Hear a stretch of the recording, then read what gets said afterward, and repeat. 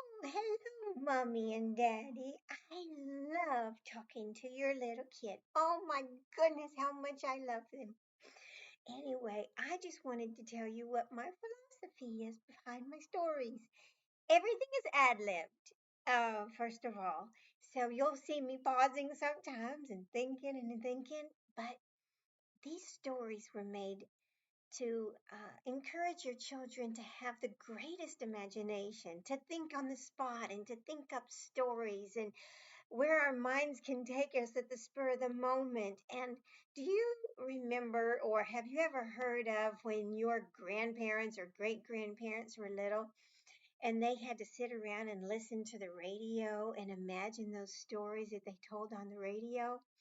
Well, this is kind of what I'm trying to do with kids, except they can see me and I'm storytelling. So they can see that um, everything I'm saying is kind of made up a little bit, kind of like I'm doing right now. And I kind of pause, but then they can see, hey, I can make a story myself. I can invent one at the spur of the moment, too. I don't have to have all this fancy stuff to tell a story. I don't have to read. I don't have to get a story from somebody else or a story that's already been created. I can create one myself. And so that's what my dad did for me when I would go to bed at night. He never read. He always just told us a story just from his own imagination. And let me tell you, it made me grow up to have an incredible imagination and just to be able to picture things in my mind and come up with things. And it helps in other areas of life too, because when you have an imagination and you face a problem, you can think quickly and you can imagine different scenarios, and it really encourages you to be wiser and think quicker.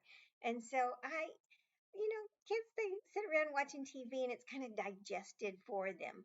When they listen to a story that somebody's telling, they actually have to imagine it in their minds. And I thought about it first, doing puppets or whatever, but if the kids have to imagine a whole scene in their minds, I don't want to take that from them. I don't want to make something that they're, like they're imagining this little girl to look like this and like that and like this, and a village to look like this and like that and like that. I want it to be all in their minds, all in their imagination, because I don't want to digest it for them entirely. I want them to sit back kind of like they did back in the 1930s or 40s or whenever it was, and they listened to stories on the radio and their minds just exploded with imagination.